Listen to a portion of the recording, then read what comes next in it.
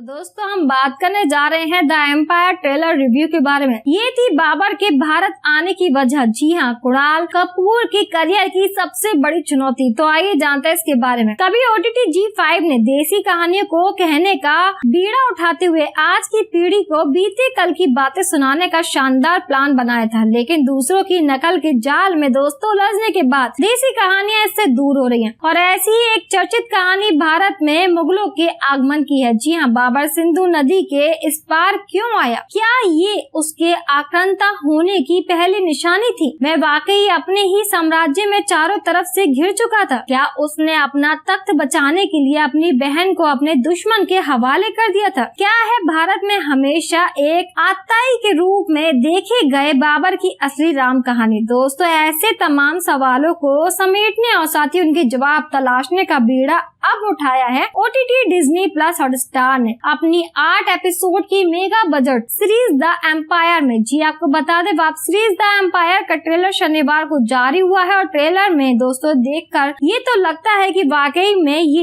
एक mega budget series है। जी हाँ, इससे ये भी साफ होता है कि द एम्पायर बाबर के बाबर बनने के संघर्ष की कहानी है। एलेक्स रुदरफोर्ड उपन्यास एम्पायर द मुगल। दोस्तों आपको बता दें कि राइडर्स फ्रॉम द नॉर्थ पर आधारित ये कहानी बाबर के बचपन से लेकर उस मोड़ तक की कहानी है जहां दिल्ली में आसीन लोधी वंश को ललकारने समरकंद का एक युवा सम्राट पहुंचा था। दोस्तों वह अपने इरादों का अलमदार था। जी हाँ दोस्तों, और साथ ही ट्रेलर के अलम बताते हैं कि दोस्तों कहानी में कुछ झलकियां धर्म के अनुसार बटे समाज की भी देखने को मिलने वाली हैं। जी हाँ, कथातन के हिसाब से दोस्तों हिंदुस्तान में बाबर की कहानी देखने वालों की कमी नहीं है। साथ ही ध्यान यहाँ भी है कि दोस्तों रखना है Disney+ हॉटस्टार ने इसे अंतर्राष्ट्रीय दर्शकों के हिसाब से तैयार किया है। भारत में भी इसे 7 श्रेणीय भाषाओं में रिलीज करने की तैयारी है और सीरीज की रिलीज के 20 दिन पहले आया ट्रेलर दोस्तों को तुक दिखाता है और साथ ही दर्शकों में सीरीज के लिए उत्सुकता जगाने में सफल रहता है। जी आपको बता दें, वापसी द एम्पायर से अभिनेता कुणाल कपूर OTT पर अपना डिजिटल डेब्यू कर रहे हैं और ट्रेलर देखकर समझ आता है कि बाबर का किरदार निभाने के लिए उन्होंने मेहनत भी काफी की है। तो दोस्तों इस मेहनत में कितने सफल हुए हैं वो इसकी ताकीद सीरीज के रिलीज होने पर ही होगी। जी हाँ, ट्रेलर में सबसे आकर्षक जो चेहरा दिखता है वह है दृष्टि धामी का। दोस्तों वह भी डिजिटल दुनिया में लंबी छलांग लगाने की तैयारी में है और ट्रेलर में उनका आना